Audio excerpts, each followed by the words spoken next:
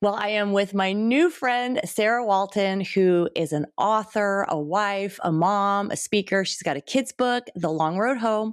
She has written books with her husband, Jeff, titles like Hope When It Hurts. They have 4 kids, and now she has a new book that she is a co-author on, and it is called Jesus Will Meet You There, Finding Strength and Comfort in the Savior Who Understands. Thanks so much for coming on, Sarah. Thank you so much for having me. So to begin, give us an idea of how many kids you have, if they're boys or girls, and the range of their ages.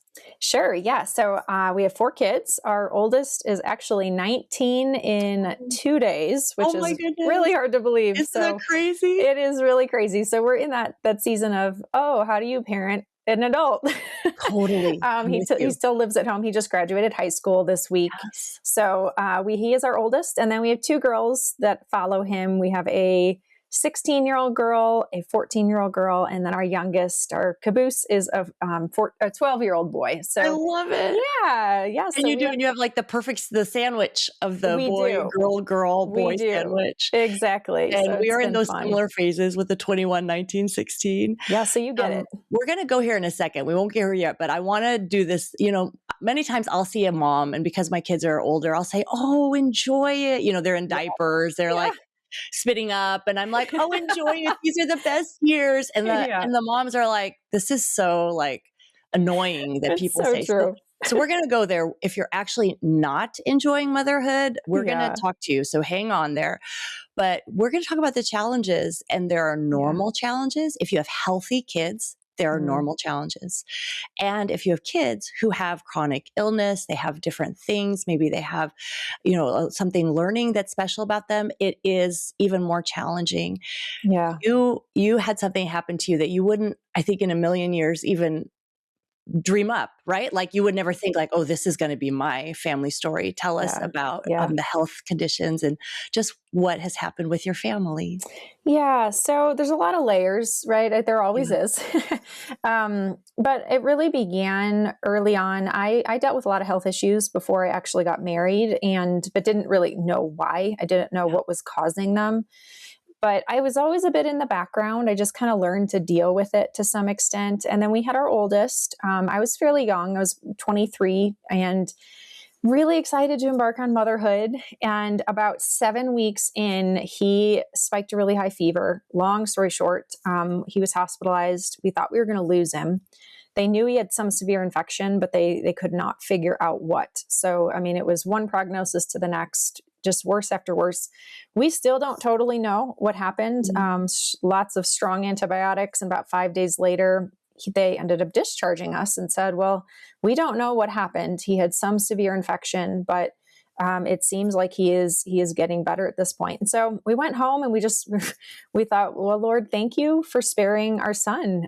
We kind of thought that was like the biggest testing right from the get-go, was putting him on the altar almost from the very beginning of, Lord, would you give our child just to take him away? And then here we were so thankful that he had spared his life. But progressively, we started to notice a lot of challenges start to come up that, as first-time parents, you have no idea what you're doing. You have no idea what to compare to. So we just thought, goodness, we have the most strong-willed child on the face of the planet. Lord help us. And, as he got older, these challenges just increased, and it progressed into a lot of violence, verbal, physical, very out of control, abnormal behaviors that didn't even seem connected to things at times. And so we were doing all the parenting books, the classes, like somebody give us something that's going to make a difference here. And nothing helped. It just seems like we have a different situation than anybody I know, and we don't know what to do with this. Yeah. And so time progressed. We had 3 more children. And it just intensified as the years grew. It became more of a risk situation at home a lot of times. And so I was on my own a lot. My husband was actually on call for most of these years. He was a trauma consultant. So 24/7, I couldn't count on him. My goodness. So here I was, a mom, feeling sick most of the time. And progressively, each child started to complain of different problems, different just discomforts that we'd kind of excuse for different things, joint pain. Oh, they're growing pains, or your hair is really thin and kind of falling out. Maybe we need to get you more nutrients, different things like that.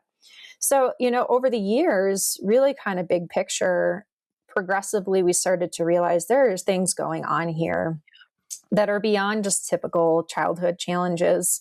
I was finally diagnosed with Lyme disease in 2015. And they ended up testing each of our children, all of whom tested positive for that, along with other illnesses that had kind of hitched a ride along with it. And we didn't have all the answers. We knew, okay, there's a piece of the puzzle there, but for our oldest, we were very much forced into the psychology world, the psychiatry world, out of desperation, which was we avoided as much as we could. We did diet, we did health, we did everything possible, but it was a matter of keeping him in our home. And so much of motherhood to me growing up, I would have women say to me, "Oh, enjoy these years. It's only going to get harder." And I'd think, Lord have mercy, I'm not going to survive. It's not possible. I know. I was like, I'm barely keeping myself and my family alive on a day-to-day basis. How am I going to do this if it gets harder? And yet, the Lord was so faithful to carry me through. Day after day would be spent having to restrain my sweet son to protect him and me and our other kids, as something else would take over his body and it was not him. And then he would weep and say, "I don't want to be like this. Why would God make me if he's going to make me like this?" So many deep, deep sorrows that we experienced, along with other hurting children, let alone my own health that had to take a back seat because I didn't have the capacity. I had to just survive to help care for these children in the circumstances we were given. So the Lord has been so kind, but I have like a million questions right now. Okay. I know. So my first, so many questions. When you are in this situation, what's like a little thing you did to rest yourself? So for that mom who's really like in the weeds right now, what's something you did to make that happen?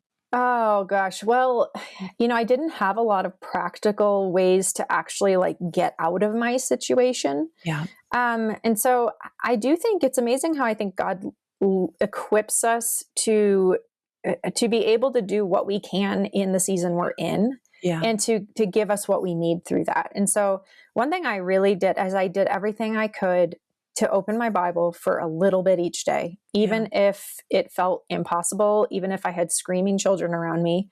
The other thing that was really a gift to me, I really had to like journal. I had to get my thoughts and my feelings in, and I would often just pray them out, but I would journal them. Yeah. Because it was almost like so much was happening all the time. It needed a place to go. Yes. And I didn't have somebody to really, no one was there with me in an adult capacity. And so it was really my survival was to rest in being able to feel like, but God sees me right now and I'm going to talk to him about it. And I'm going to tell him how awful it feels. And I'm going to ask him to just give me what I need right now. And there were really, I think that was what carried me through in many ways. It was an outlet for me to feel like I am heard, I am seen, even though I feel so alone. And goodness, I would warm my cup of coffee up like 10 times if I had to. I was going to have some small joys, like there were just things I wasn't willing to compromise on. Like I am going to sit and have a little coffee if it kills me, whatever it was. I think I just had to really look for the small, like beautiful things still in there. Look for the small, good things that I could still savor and enjoy.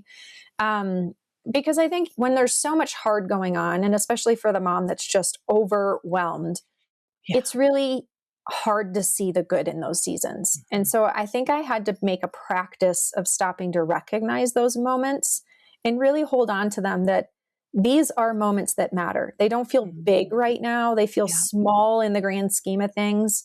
But as I look back, I actually remember those sweet moments more than all the hard, because they carried so much weight because of everything it was within, Okay.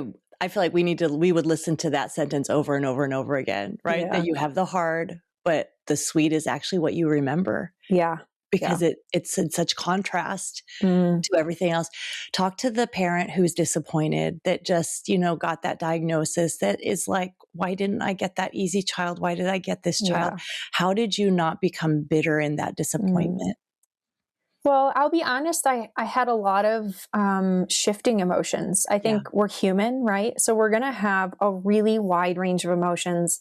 And I think it's important for that parent to know it is absolutely okay to grieve that. Yes. Even as Christians, I think I've got to get this stiff upper lip here and be like, but I trust God, and I if He's allowing it, and there is truth in that. But even God grieves the brokenness of this world and the brokenness our children experience. And so I had to have kind of a cycle of grief where I would acknowledge this hurts. This is hard. This was not part of the plan. This was not what I expected. And so there's a somewhat of a death to your expectations, right? There's a death to what you hoped for, but I can't stay there. So that mom that's in there, then you have to, it's almost like someone gave this image that instead of being in a cul-de-sac of grief, you kind of got to find the off ramp. Then where you say, okay, but I can know that God is still sovereign over this. He still has good for me in this. I don't see it yet. I don't understand it yet, but I'm going to take one step at a time and ask Him to help me be faithful in this. And so my encouragement would be not only to allow yourself to have that process, but to rest in the confidence that God is not surprised by this disappointment and by what seems so wrong and what it shouldn't be in your eyes. God has a very good plan in it. He can redeem it. The thing itself is not good, right? Seeing our kids hurt itself is not a good thing, but we serve a big God who can take the most awful thing we experience and He can say, but I'm still going to turn this around and somehow bring redemption out of it. Mm. And I have seen Him do that in our kids' lives. Of course, we're still in the middle of the story, but the very things I thought would only be a detriment to my children, I have also seen how He's used it to grow them to know Him, to mature them, to help them see early on, oh, this world doesn't revolve around me. Like we're not naturally we don't learn that easily. And yet I can see how our kids have had to learn that through having a mom that's sick. Yeah. And their own disappointments and their own pains they've experienced, that this wasn't what they expected either. But it has forced them to kind of wrestle with hard questions early on, which I think has been a blessing to them. It's grown them in compassion. It's grown them in awareness of people that hurt around them. And I wouldn't trade that. I obviously do not want them to hurt. I would remove that in an instant. Yeah. But what it's given them, I wouldn't take that away either. And so that would be my encouragement is don't lose heart because you can only see what seems hard right now. God can bring good things out of this, and He is not surprised by what you are experiencing. There's a line in the book, God took a lot from me, but He gave me so much more in its place. Yeah, amen. You see that? How do the siblings treat each other in this? Because I bet they do. Yeah. They have like part of them are like, wait, I need mom's attention. Yeah. And then maybe the other part is like, oh, look, you're having a bad day. I will help you. Yes, it's true. I mean, that's human. There's definitely, I have moments where I sit back and I'm amazed at my children in terms of how they respond in a grace far above their own. And then I have plenty of moments where I'm like, oh, Lord have mercy. These children, if any of them turn out semi-functional, it will be a miracle. And so I think, so much of parenting is just like, help me do the best I can with the circumstances you've given me. And goodness, please give me a lot of grace because there's so much I don't feel like I can control. And so the sibling dynamic is such an interesting one. There's a lot of complicated factors in our family because our oldest did have a lot of situations that caused a lot of really difficult experiences for our younger kids. Yeah.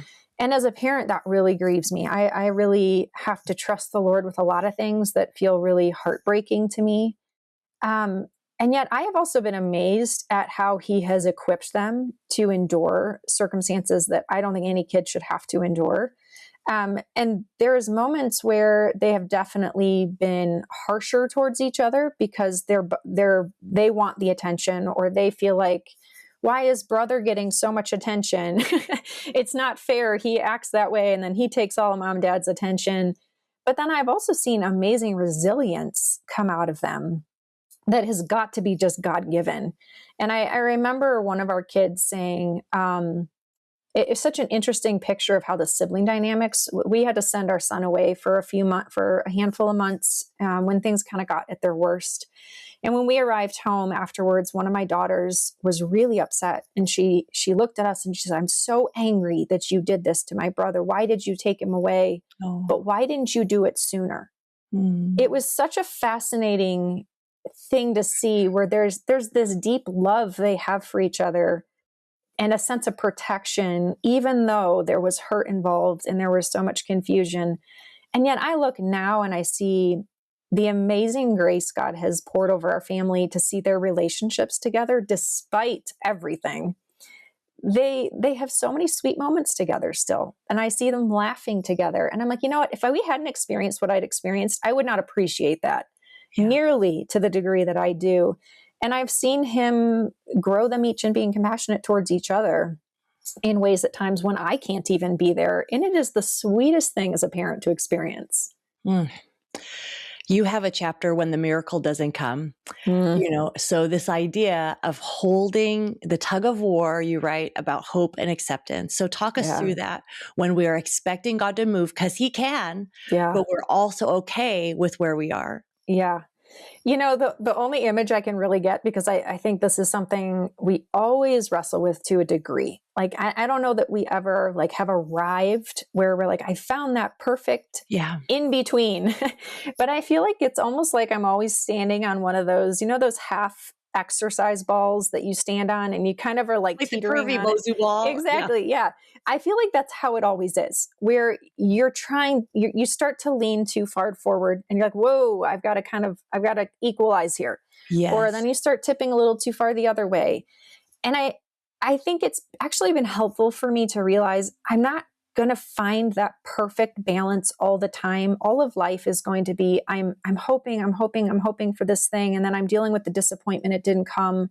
And I'm having to kind of reorient myself again to what did it mean that I was hoping.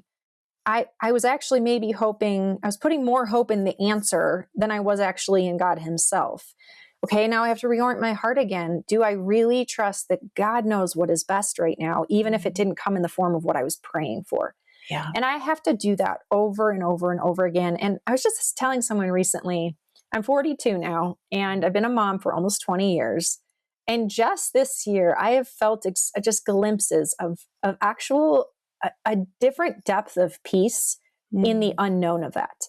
And I just think that is the grace of God to gradually grow us a little bit more. And it often comes through those disappointments where we're trying to understand, how do I hold on to hope and pray for desires I have, because he says to come to him with our desires. It is good for me to continue to pray for my children's healing, to pray for my healing. I should continue to do that. Yeah. But I've also been at times where hope felt like a setup for disappointment. And I was afraid to hope in the terms of earthly hope. But I think of, was it Abraham, where he says Abraham hoped against hope? And I love that picture, because it was like he hoped, and it was not just in what God had promised in terms of the situation. He hoped so much in knowing who God was that he could not be unfaithful. So he had no idea how to even practically hope and how that was going to come out circumstantially. But he knew he could hope, even though his earthly hope was completely dashed. And so I think that's where we have to continue to wrestle and come back to is, Lord, help me to grow in understanding what it means to hope ultimately in you, but to not become hopeless in an earthly sense too, and stop even asking, because he is a good father who desires to grant his children good gifts. Just sometimes they are more in an eternal sense than they are in an earthly sense. I'm thinking about a dear friend who is a listener. She has a son with diabetes. How do you as a mom explain, what are some of the conversations you've had with your kids to help them kind of understand this big picture? Yeah, it depends on the kids' ages, I think, a little bit. But we talk openly, because I think our kids need to learn how to grieve what hurts too. And we don't, we try to find that balance where we really have to guard our hearts against cynicism. I've noticed that temptation in our family. You're like, okay, of course this would happen to me. Of course that would happen. I think when you deal with a lot of continuing difficulty, it's really easy for that to become a subtle attitude. And so we've had to acknowledge that even to our kids, that we've struggled with that. Yeah. And so I think that is the first step, is being honest and helpful, open as a parent, and being able to say, I don't understand this. I don't fully understand why God's allowing this. I struggle with it. And I'm asking God, why is he allowing this? I think that for our kids to see us being okay with wrestling with those things, and that God's okay with that, gives them a permission that, oh, it is maybe okay that I don't like this. Like, I don't have to be like just always strong and always saying it's going to be fine, but helping them kind of lead them to this picture of, I really believe God has a really good plan for your whole life.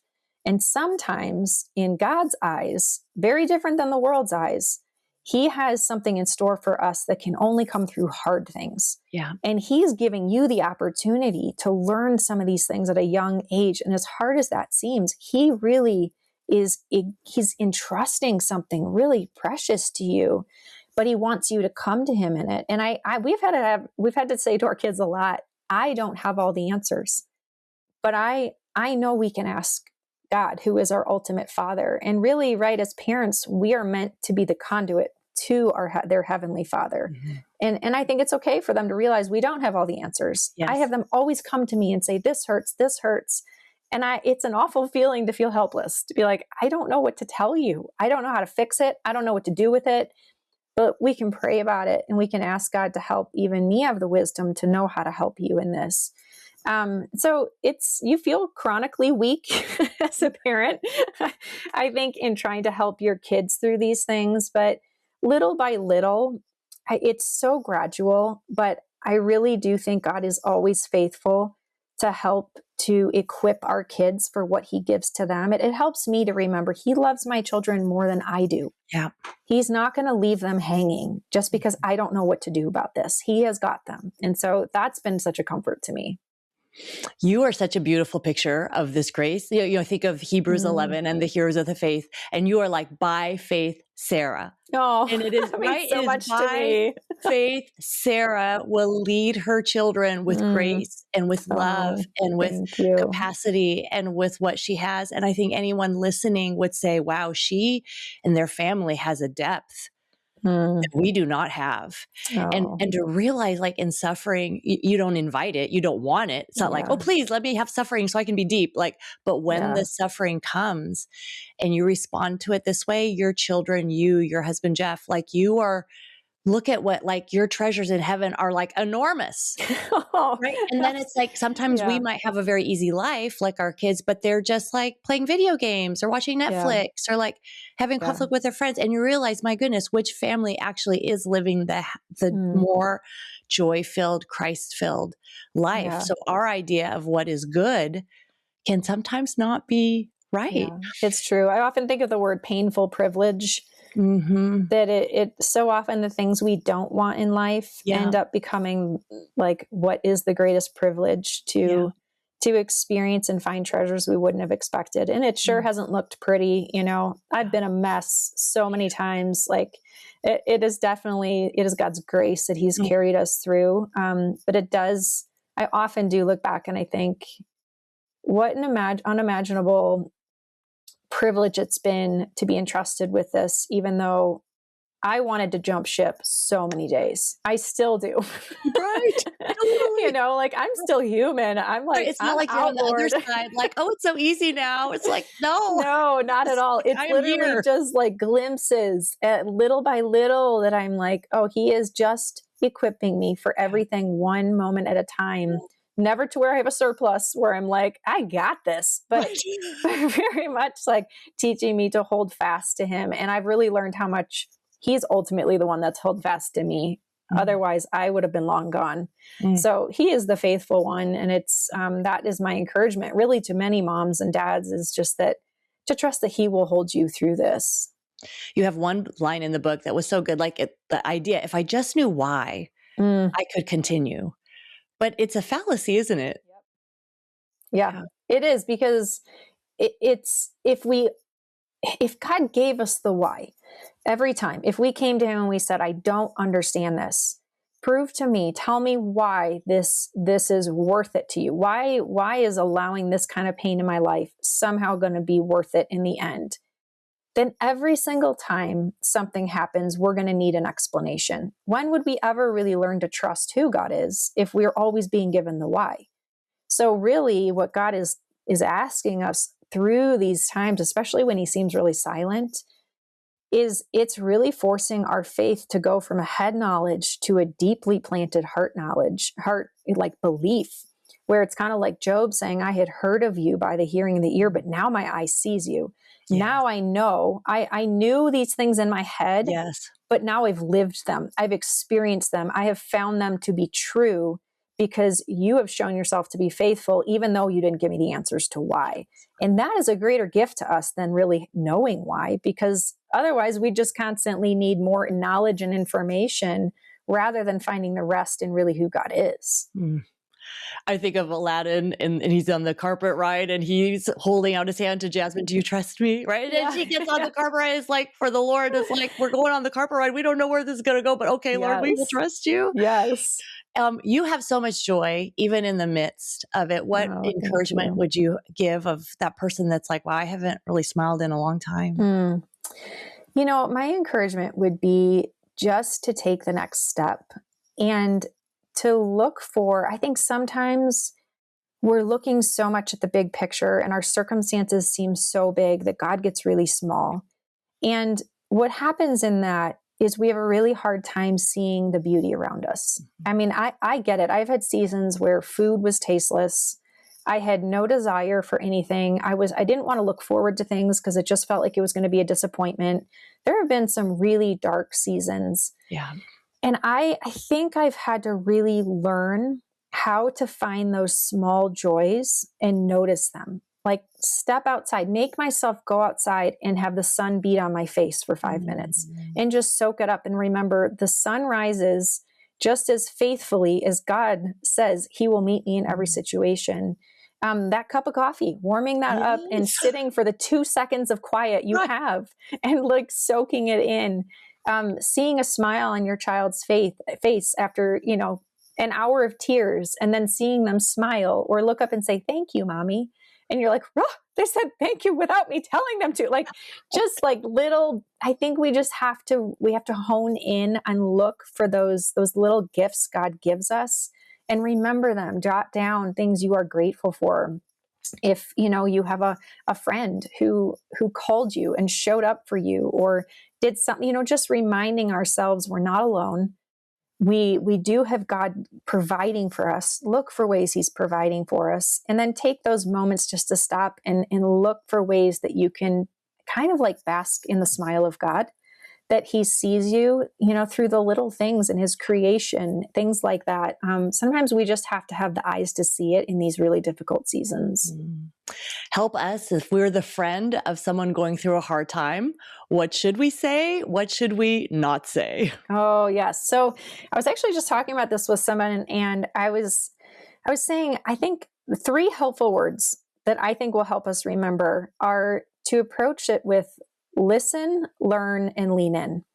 So approach when someone is hurting, to approach them with a listening ear. I think we often are afraid we're going to say the wrong thing. We're going to say it the wrong way.